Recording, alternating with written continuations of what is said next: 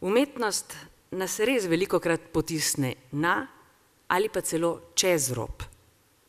Še večkrat pa nagovorim pred rami čudežne občutke čudenja, spoznavanja, tiste magične, celo mistične trenutke, ki so in ki bivajo v nas in zaradi katerih smo lahko tako zelo blizu Božjemu, božanskemu, celo svetemu.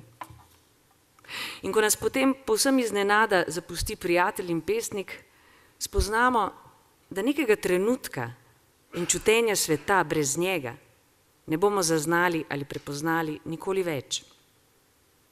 Umetnost ne nastaja in ne vznika niti sama iz sebe in niti sama za sebe. Umetnost in njena dela so dela ljudi.